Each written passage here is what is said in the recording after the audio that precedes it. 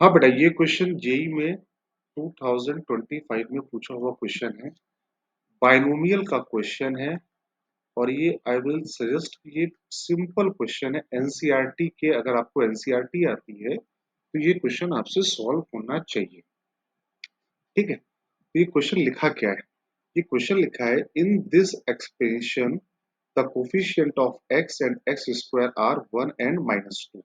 तो किसके एक्सपेंशन में? 1 प्लस एक्स की power p into 1 minus x की पावर q को जब हम एक्सपेंड करेंगे तो बहुत सारे टर्म आएंगे। उन बहुत सारे टर्म में कोई कांस्टेंट हो सकता है, एक्स का टर्म हो सकता है, एक्स स्क्वायर का टर्म हो सकता है। तो उनके जो कोफिशिएंट रहेंगे वो 1 और -2 दिए हुए हैं। तो कोई बात नहीं, इसको हम बाइनोमियल थ्योरम से एक्सपेंड कर लेते हैं। ठीक है, तो बाइनोमियल थ्योरम से एक्सप्रेशन क्या होगा? एन सी जीरो, फिर p C one x, p C two x square. बस यहीं तक हमने एक्सपेंड किया, इसके आगे भी कर सकते हैं, लेकिन इसके आगे क्यों नहीं कर रहे हैं? क्योंकि हमको केवल कोफिशिएंट ऑफ एक्स स्क्वायर तक चाहिए। अगर उसके आगे चाहिए होता तो हम उसके आगे भी लिखते हैं, लेकिन हमको केवल एक्स स्क्वायर तक चाहिए तो हमको आगे लिखने की कोई जरूरत ही नहीं है। अब पी सी जीरो, आपको कोफिशिएंट ऑफ एक्स चाहिए, तो एक्स कैसे मिलेगा? जब पी सी जीरो का मल्टीप्लाई यहाँ पे होगा तो कितना आ गया? P C zero into minus q C one. और x कैसे मिलेगा? पी सी वन का मल्टीप्लाई यहाँ कर दें तो p C one into q C zero की वैल्यू क्या आ गई? 1। तो minus q plus p equal to 1, equation number 1। अब इक्वेशन नंबर 2 कहाँ से क्रिएट होगी? जब एक्स स्क्वायर चाहिए तो एक्स स्क्वायर कैसे मिलेगा आपको? P C zero into q C two, p C zero into q C two, p C one into q C one, p C one into q C one. और कैसे मिलेगा? P C two into q C zero, p C two into q C zero. इसका coefficient कितना दिया है आपको? -2। Q C to कितना होता है? Q Q minus one upon to. ये तो आपका P इंटू क्यू हो गया। और ये कितना हो गया? P P minus one upon two equal to -2।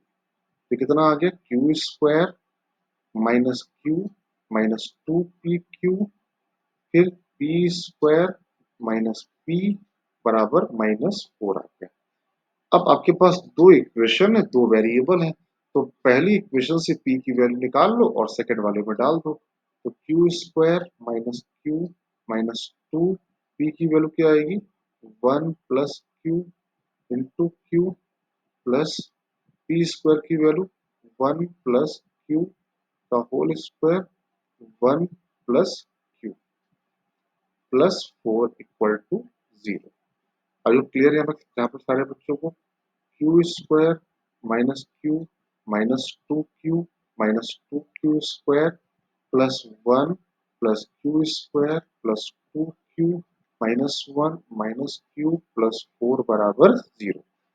अब देखो, क्या कुछ टर्म कैंसिल हो रहा है?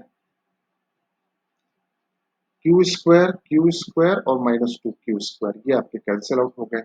-2Q प्लस 2Q कैंसिल हो गया। माइनस क्यू और माइनस क्यू -2Q। अब +1 -1 इक्वल टू आ गया -4। तो Q की वैल्यू क्या आ गई? 2 आ गई। Q की वैल्यू 2 आ गई तो Q की वैल्यू डाल दोगे, P की वैल्यू 3 आ गई। तो आंसर क्या आ गया? P square plus q square.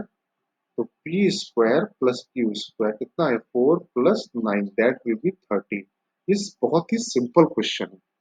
अच्छा बेटा, इस क्वेश्चन में यहाँ पे लिखा होना चाहिए था कि P और Q ये नेचुरल नंबर है। क्योंकि अगर P और Q मान लो अगर फ्रैक्शन होते तब भी इसको हम ओपन कर सकते थे, लेकिन तब इसको हम ऐसे नहीं लिखते।